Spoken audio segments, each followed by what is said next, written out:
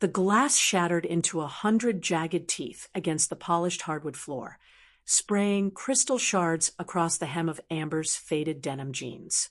She did not flinch. She did not scream. In the sudden, suffocating silence of the kitchen, the only sound was the low, rhythmic idle of a custom exhaust vibrating through the floorboards. Outside, a blood-red Ferrari F8 Spider sat idling in the narrow driveway, its engine humming like a purring predator. Inside, her mother, Alice, stood with her arms crossed, her eyes cold, her voice cutting through the air like a razor blade. "Get your husband's rusting piece of junk out of the driveway right now, Amber," Alice barked, her hand pointing toward the window. "Ken is here. A real man with a real future. Do not let your embarrassment ruin your sister's big night." The sharp sting of the words hit Amber right in the chest. For years of silence, for years of playing the invisible ghost in her own family, condensed into a single broken glass at her feet. To understand how a simple family dinner turned into the battleground that shattered Amber's world, we have to turn back the clock to 3 hours before the red Ferrari ever turned onto Willow Street. It was 4 o'clock in the afternoon. The afternoon sun poured through the kitchen window of the Taylor family home in suburban Connecticut, casting warm, golden squares across the pale cream tiles. The air smelled rich and heavy, with the scent of searing garlic, rosemary, and butter-basted ribeye steaks. Amber Taylor stood at the sink, her hands submerged in warm, sudsy water. At 30 years old, holding an honors degree in accounting, she spent her days working as a low-paid freelance bookkeeper and managing logistics for a small mobile health clinic. She spent her evenings serving as the background shadow for her family. Today marked the 35th wedding anniversary of her parents, Robert and Alice Taylor. The dining table was already set with fine lace and polished silver. "Amber, did you double-check the silver water goblets?" Alice's sharp voice echoed down from the top of the stairs. "Robert just called. Ken is arriving 15 minutes early. That sports car of his cannot idle in the narrow lane. Tell your husband to move that eyesore of a pickup truck immediately." Amber paused. Her soapy hands hovered above the water. "Your husband, Owen Vaughn." Every time her mother uttered his name, it sounded as if she were scraping fingernails across a chalkboard. 10 minutes later, a deep, throaty roar tore through the quiet suburban street. The red Ferrari rolled into the driveway, its crimson paint catching the dying sunlight like a polished ruby. The passenger door swung open. Chloe Taylor stepped onto the manicured lawn. At 32, a well-known social media beauty consultant, Chloe walked with the absolute poise of a woman who owned every room she entered. She wore a silk emerald green satin dress that caught the breeze with every stride. Beside her stepped Ken Ross, 35, clad in a crisp bespoke charcoal suit. Ken radiated the effortless authority of a man who managed millions in venture capital. "Mom, Dad," Chloe called out, her voice bright and melodic. "Oh, my sweet girl." Alice rushed down the porch steps, wrapping Chloe in a tight embrace before immediately shifting her gaze to the 3-carat diamond ring glittering on her daughter's finger. "Ken, you are too generous. Importing a 1982 vintage Cabernet for us." Ken offered a smooth, practiced smile as he shook Robert's weathered hand. "Only the best for you, Robert. I spoke with my partners in Manhattan this morning. Next week, we finalize the paperwork to inject capital into your restaurant chain. We are going to put the Taylor name on the regional map." Robert, a man whose shoulders had bowed under years of rising debts and falling restaurant revenues, felt his eyes sting with sudden relief. He clapped Ken on the shoulder, his hands trembling slightly. Right at that moment, the sputtering chug of a 2008 Ford F-150 rattled from the street. The dark blue truck, its fenders rusted, and its paint dulled by years of road salt, pulled in right behind the gleaming Ferrari. Owen stepped out, He wore a simple flannel shirt, dark work jeans, and scuffed leather boots. In his arms, he carried a wooden crate filled with fresh heirloom vegetables and a small, hand-carved wooden box. "Good evening, everyone," Owen said softly.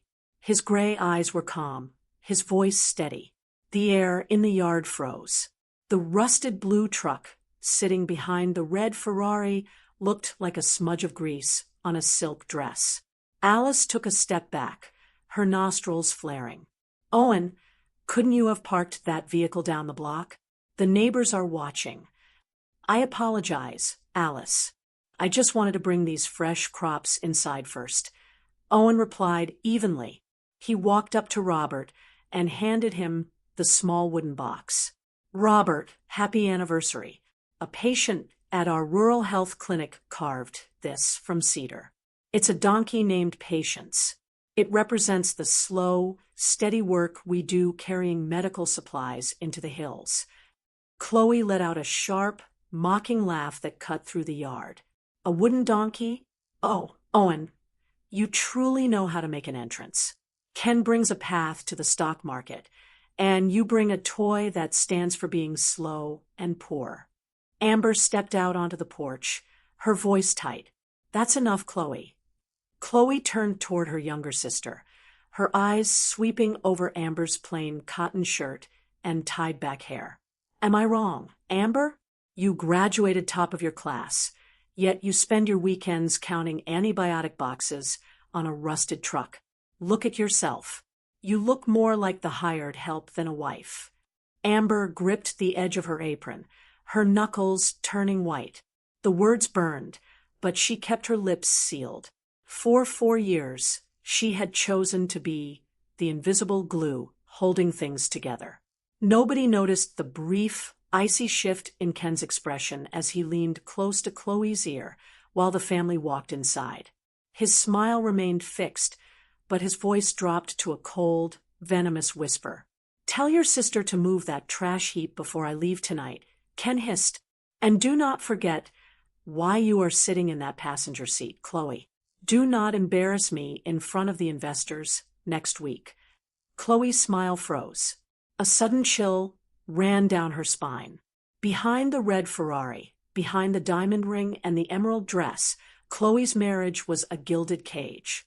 Ken did not raise a hand. He used cold silences, subtle threats, and psychological control to erase her, bit by bit.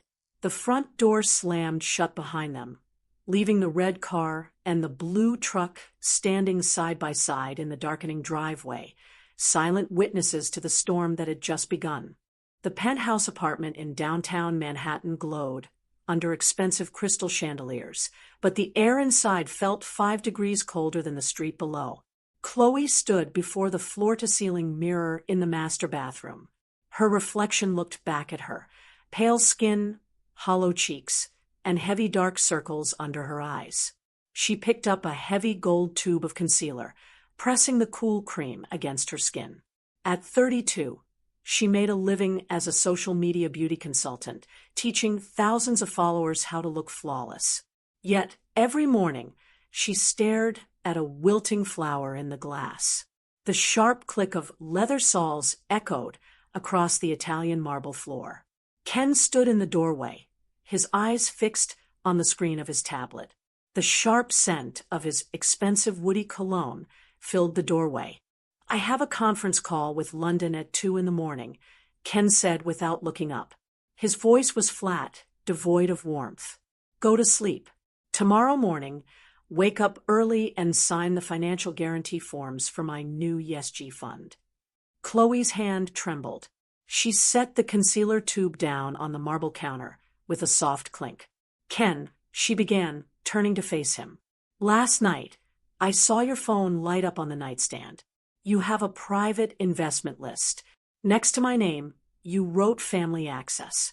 What am I to you? Your wife? Or just a key to unlock my father's restaurant network and his wealthy friends?" Ken stopped scrolling.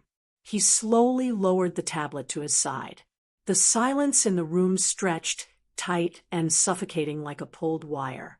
He took 3 slow steps toward her. He did not raise his hand. He did not shout. He simply leaned down until his cold breath brushed against her cheek. "Look at the silk robe you are wearing, Chloe," Ken whispered, his voice dropping to an icy hiss. "Look at the high-rise view behind you. Do you think these things fall from the sky? You are a freelance makeup consultant. Without the name Mrs. Kenneth Ross, nobody in this city would look twice at you." Chloe shrank back, her lower lip trembling. "I am your wife." "Then play the role," Ken snapped softly, his dark eyes narrowing. "Smile at the gala dinners. Wear the diamonds. And never ask questions about my business again. If you want to play the independent intellectual, pack your bags and go live in a ditch with your sister." He turned on his heel and walked out, shutting the heavy oak door behind him. The lock clicked into place with a metallic snap. Chloe sank onto the cold tile floor, clutching her knees to her chest. The silent treatment was his favorite weapon. It left no bruises, but it drained the air right out of her lungs. She realized she was trapped in a gilded cage, traded away her voice for an illusion of security. 50 miles away in suburban Connecticut, the rain tapped steadily against the window pane of a small wooden cottage. Amber sat at the kitchen table, illuminated by the amber glow of a desk lamp. Spread out before her were thick stacks of financial ledgers from the mobile health clinic. Her eyes, sharp and trained in forensic accounting, scanned line after line of numbers. A discrepancy caught her attention. Over the past 6 months, a series of large, anonymous wire transfers had flowed into their modest bank account. The funds totaled $200,000, routed through a shell trust based in Delaware. Amber pulled up the digital tracking logs. Her fingers flew across the keyboard. She traced the routing numbers back through the banking clearinghouse. The trail led straight to a major private equity firm on Wall Street, Vaughn Group. The front door opened with a soft creak. Owen stepped inside, shaking the raindrops from his coat. The fresh, earthy smell of wet pine drifted into the room. He carried 2 steaming mugs of chamomile tea. "You are still awake?"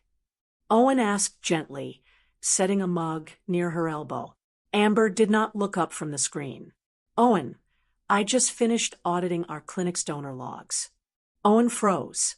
The mug in his hand tilted slightly. Amber turned her head, her eyes locking onto his. "We survive on small $20 community donations. But this $200,000 transfer came from Vaughn Group, the largest healthcare conglomerate in the state. Why would a billion-dollar firm secretly fund a rusted pickup truck delivering medicine to rural hills?" The color drained from Owen's face. His shoulders stiffened under his flannel shirt. He set the mug down, his eyes avoiding hers. "Amber, some things are complicated," Owen muttered, his voice barely audible over the patter of rain outside. "Look at me, Owen," Amber said, her voice rising slightly. She stood up from the chair. "I am your wife. I left a comfortable life. I endured my mother's insults and my sister's laughter to stand by your side.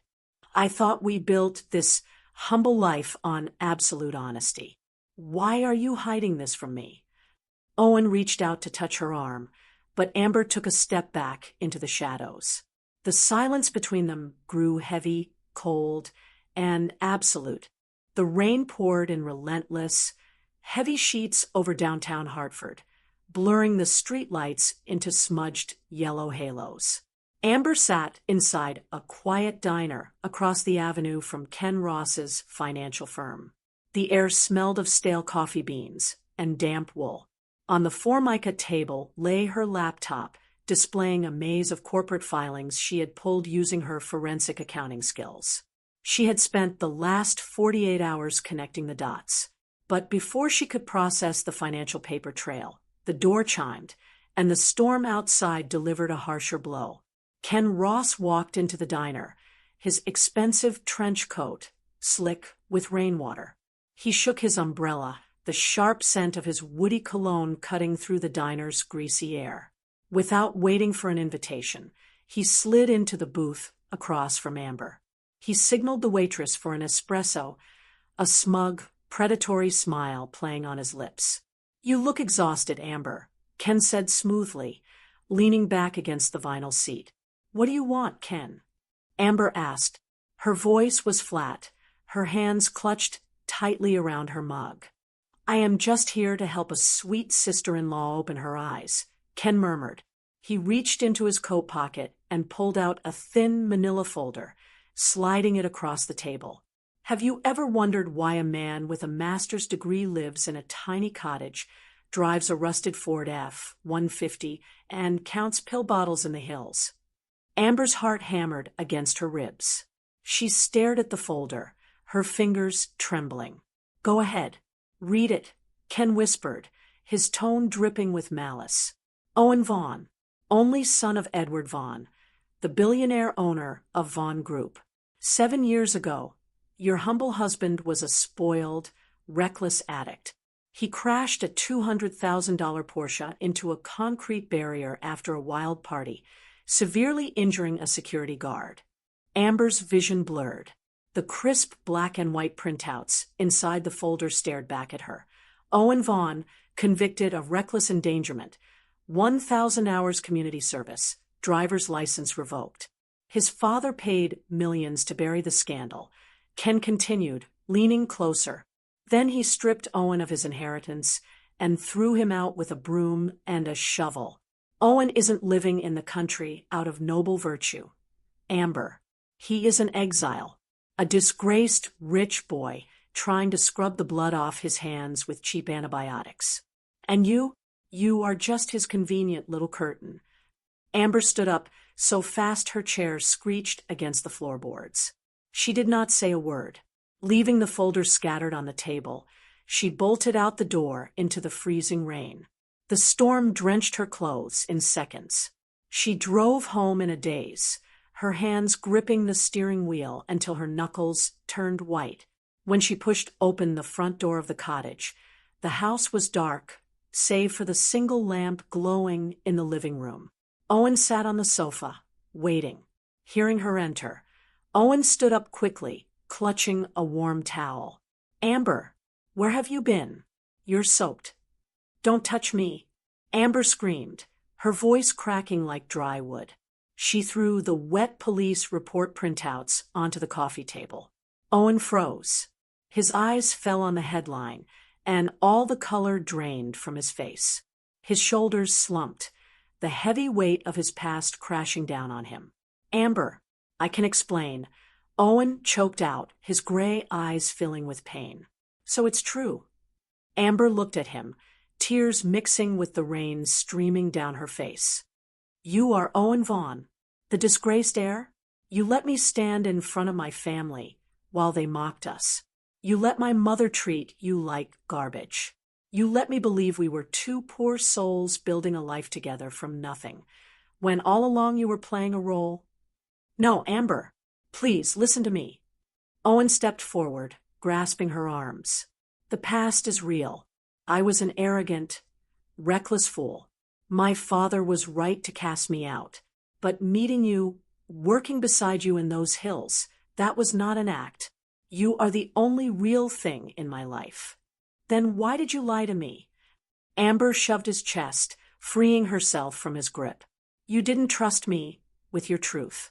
You let Ken Ross use your past as a knife to gut me. I gave you 4 years as an invisible wife, only to find out I was just a shield for your guilt." Amber turned, grabbed a small packed suitcase standing by the door, and unlatched the lock. Owen ran out after her into the torrential rain.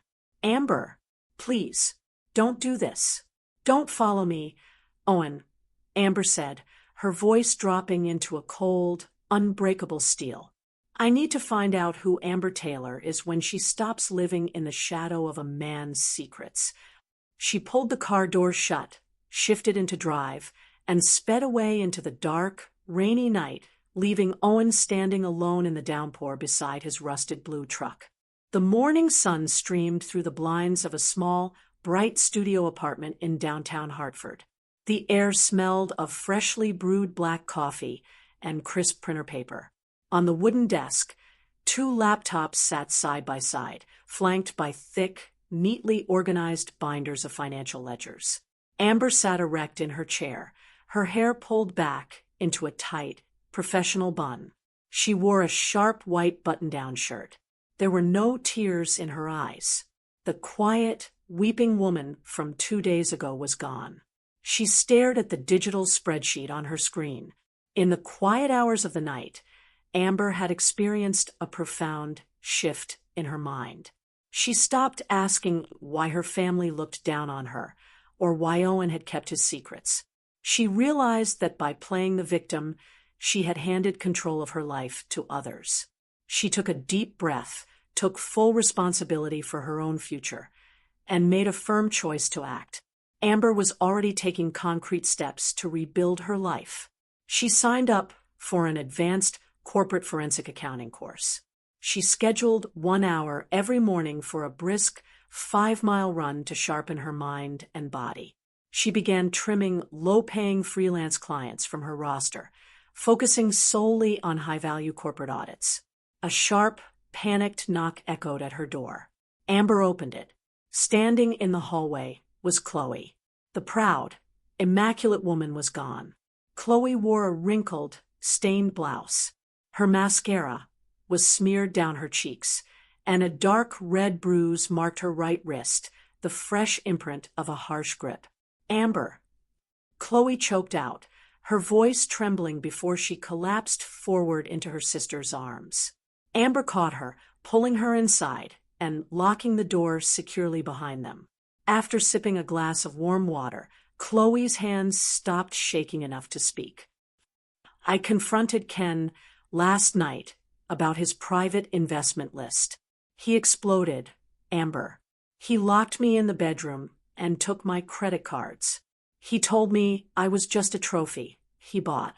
He said he is using Dad's name next week to raise $20 million from private investors for a fake crypto fund. He threatened to ruin Dad's business if I said a word. Chloe buried her face in her hands, her shoulders heaving. I laughed at you, Amber. I boasted about a red Ferrari and a diamond ring. But it was all a lie. I have no money, no career, and no real life. I am a complete failure. Amber sat beside her sister, taking Chloe's cold hands into her own. Her voice was calm, firm, and filled with quiet strength. Stop it, Chloe, Amber said, her eyes locked onto her sister's. You are not a failure. You are a woman who just woke up from a bad dream. We both made the same mistake. We allowed men to define our worth. Today, that ends. What can we do? Chloe asked, wiping her eyes. Ken has lawyers. He has millions. He has a house of cards, Amber replied, opening her laptop. Ken is running a high-tech Ponzi scheme. He uses fake shell companies and stolen prestige to lure investors. I have the financial expertise to trace his paper trail. His social circle and his investors. We are going to tear his illusion down together. Over the next 72 hours, the small apartment transformed into a tactical command center. Chloe underwent her own radical transformation. She packed her designer jewelry into a box, mailing her diamond engagement ring back to Ken's office. She cut her long hair into a sleek, shoulder-length bob. She threw away her heavy makeup, adopting a clean, energetic look. She started learning basic personal finance, using her social media influence to discreetly contact Ken's potential victims, including wealthy local investors like Mrs. Ballaghan. Amber worked tirelessly through the nights. Her fingers flew across her keyboard, cross-referencing bank, routing numbers, and corporate filings to prove Ken's ESG fund was completely hollow. Meanwhile, across town, Owen stepped out of his rusted Ford F-150 in front of the glass skyscraper of Vaughn Group in New York City. The morning wind rustled his jacket. He did not run away this time.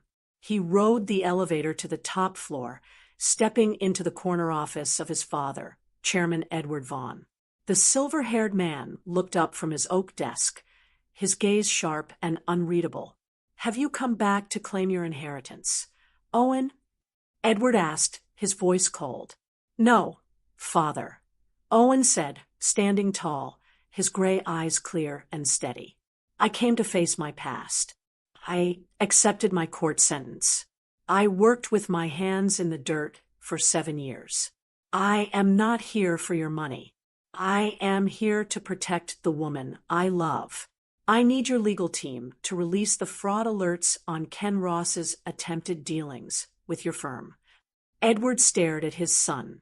He saw no trace of the arrogant, reckless boy who had crashed a sports car years ago. He saw a man with calloused hands, straight shoulders, and absolute purpose. A faint, rare smile touched the corner of the old chairman's lips.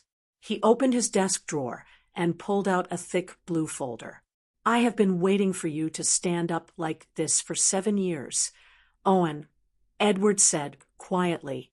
The Grand Hyatt Ballroom in downtown Hartford gleamed under the brilliant glare of crystal chandeliers.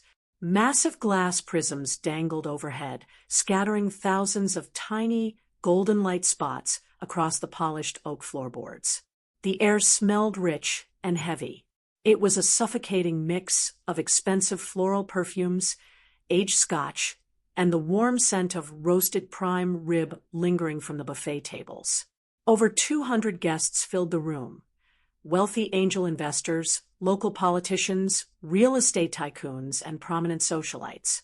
They chatted in low, cheerful tones, their wine glasses clinking together with sharp, metallic rings. At the center of the raised, mahogany stage stood Kenneth Ross. He wore a custom-tailored charcoal tuxedo with silk lapels that caught the bright stage lights. A platinum watch gleamed on his left wrist. In his right hand, he held a thin crystal flute of vintage champagne. His hair was slicked back flawlessly.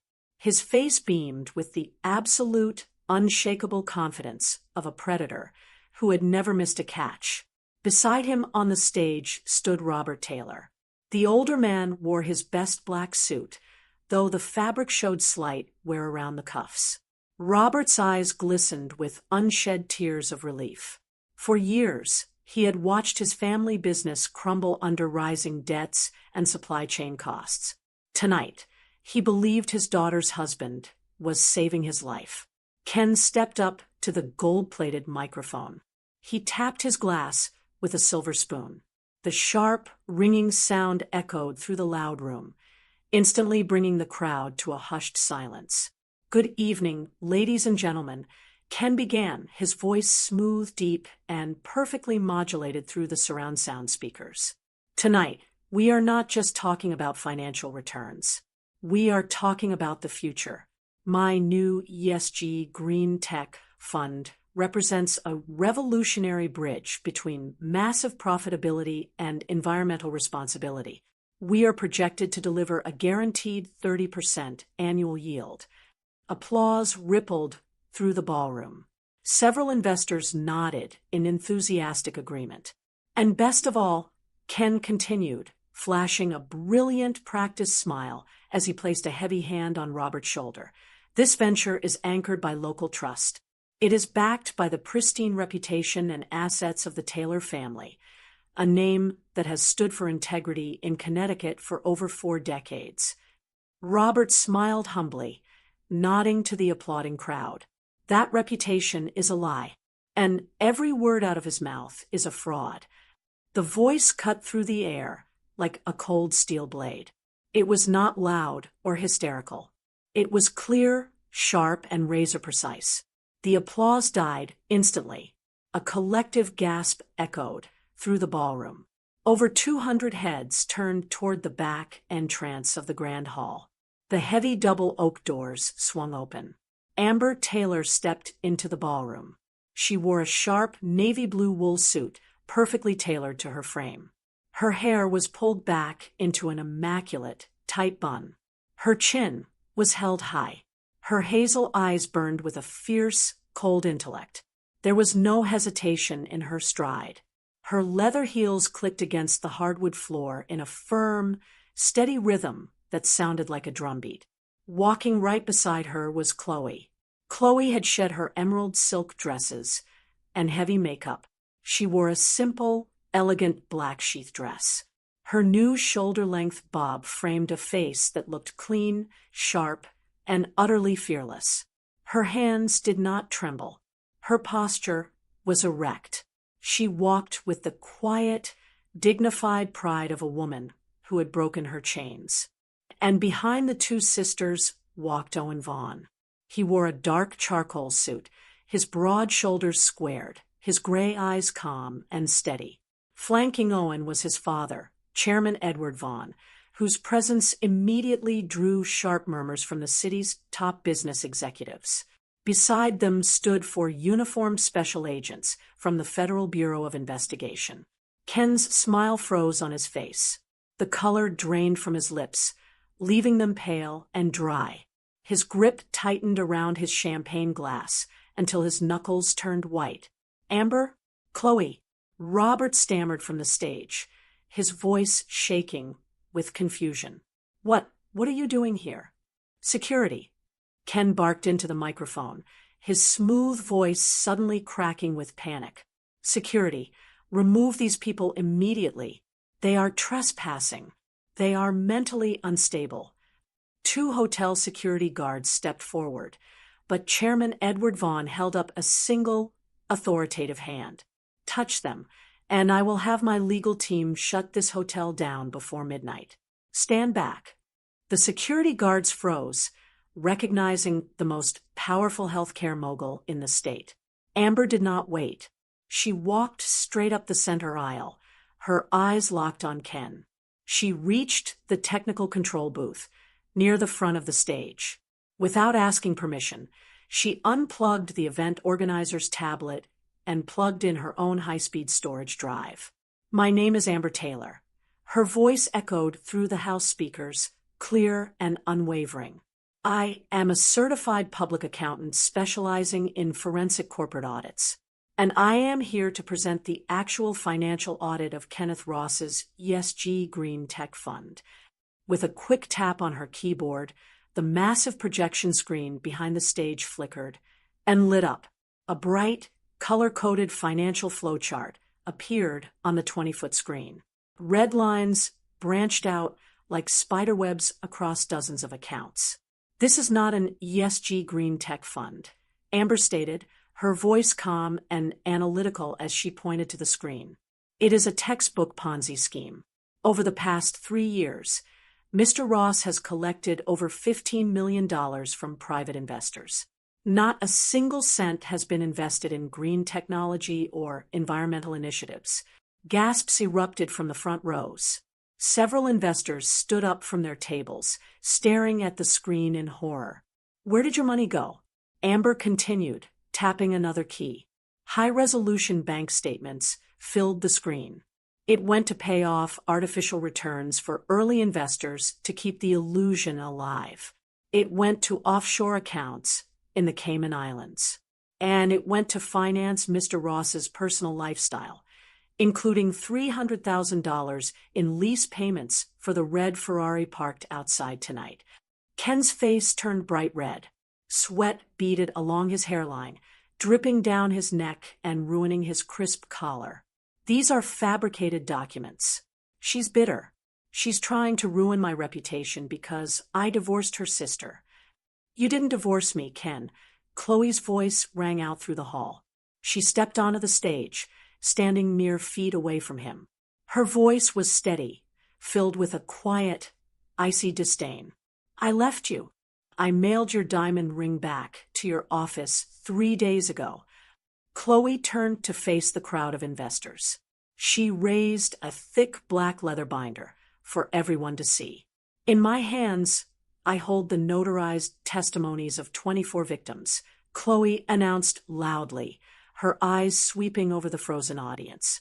"Women, widows, and local business owners. Ken Ross used my father's name and my family's reputation as a lure. In his private files, he labeled my name as Family Access. He thought I was an ignorant trophy wife who would stay quiet while he robbed my family blind. Chloe stepped directly into Ken's personal space. She looked him dead in the eye. "You thought I was weak, Ken," Chloe whispered, her voice carrying across the silent stage. "You thought you could lock me in a room and use cold violence to erase my voice. But I am not your access anymore. I am your reckoning." Robert Taylor stumbled backward on the stage, clutching his chest as the full weight of the truth hit him. "Ken, you forged my signature on those corporate loan guarantees?" Ken did not answer. He dropped his champagne glass. It shattered against the stage floor, spraying golden liquid and sharp glass shards across his polished shoes. Ken turned and bolted toward the private exit behind the stage curtain. He threw the heavy velvet curtain aside, only to run straight into a wall of dark navy jackets. "Kenneth Ross," the lead FBI special agent asked, stepping into his path. "This is a misunderstanding." Ken shouted, his voice high-pitched and hysterical. "I have lawyers. I have meetings in New York tomorrow." "You have a warrant for your arrest," the agent replied coldly. "You are being charged with wire fraud, securities fraud, identity theft, and grand larceny." The agent grabbed Ken's arm, twisting it behind his back. The metallic clack-clack of stainless steel handcuffs echoed sharply through the quiet ballroom.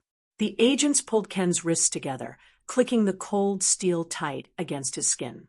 They turned him around, parading him back across the main stage in front of the entire Hartford elite. The crowd erupted into a frenzy of flashing phone cameras, angry shouts, and frantic demands for answers. Ken hung his head, his slicked-back hair falling in messy strands across his sweaty face. The man who had entered on a cloud of red silk and Ferrari engines was led away in chains. On the stage, Amber stepped away from the laptop.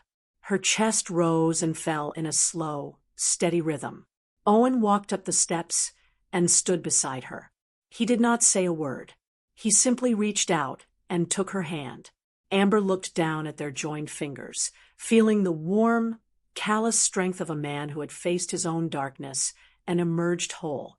Chloe walked over, standing on Amber's other side. The two sisters looked at each other. There were no tears in their eyes. There was no anger left in their hearts. They had not just stopped a criminal. They had torn down the invisible walls that had kept them trapped for years. They stood tall, strong, and completely unbroken under the bright, golden lights.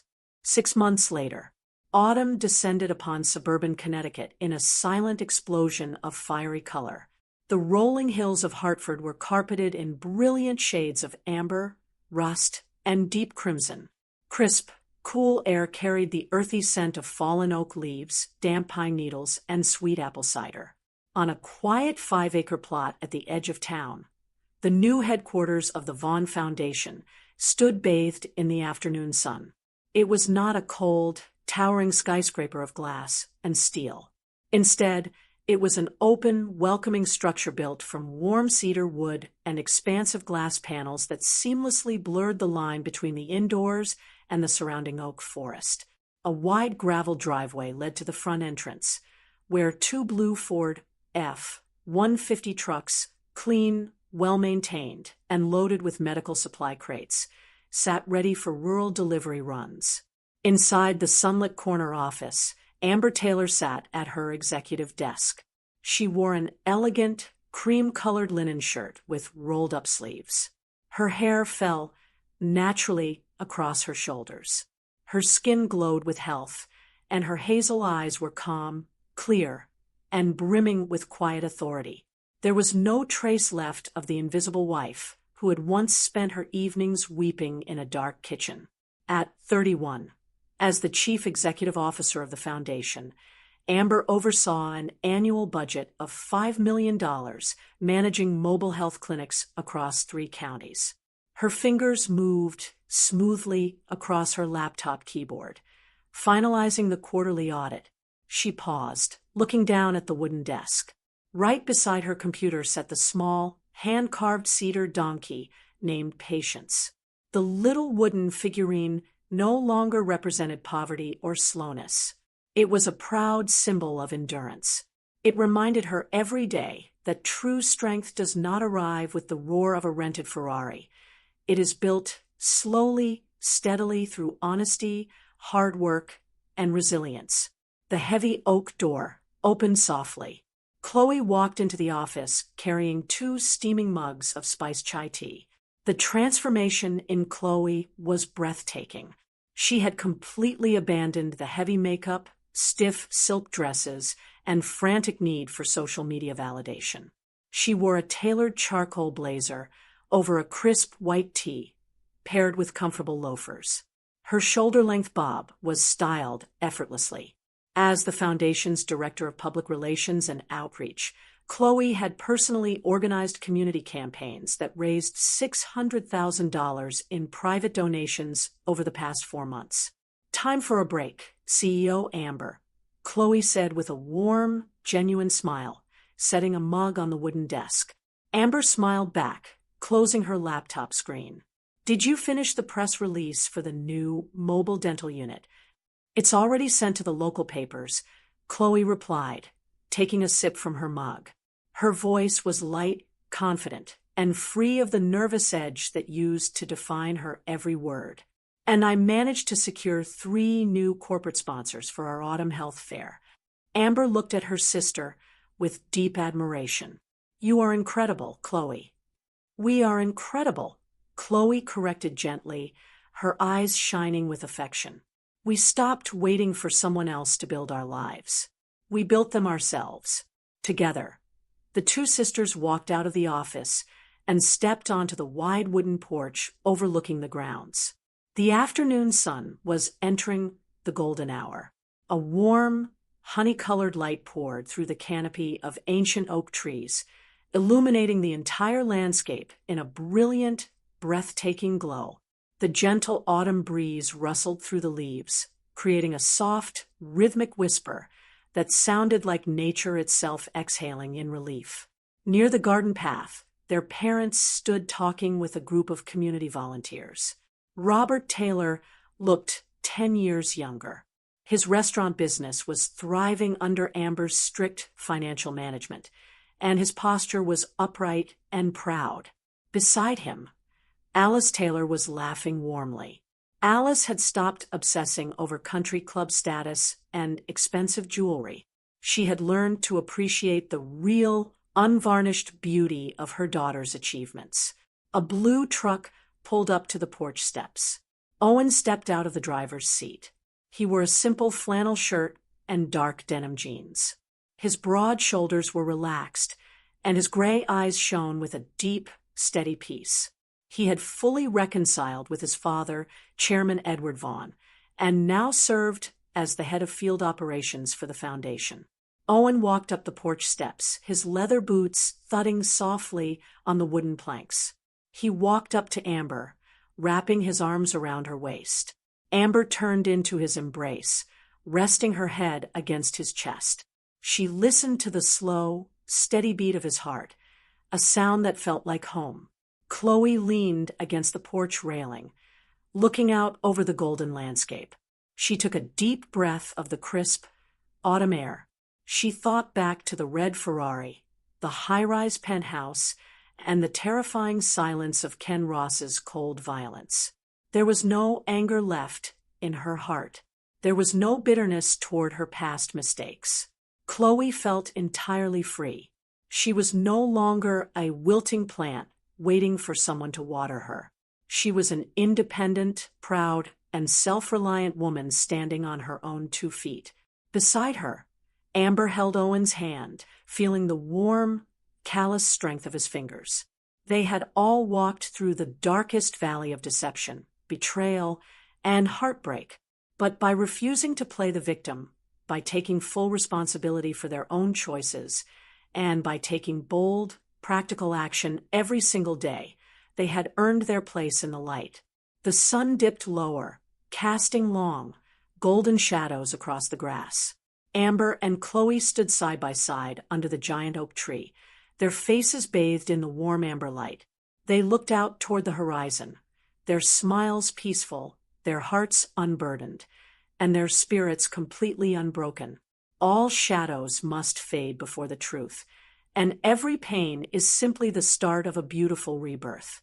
Always remember, the right to write a new chapter of your life is forever in your hands. If this story resonated with you, please like, subscribe, and leave a comment below so we know we're walking this journey together. Hope to see you on the next page.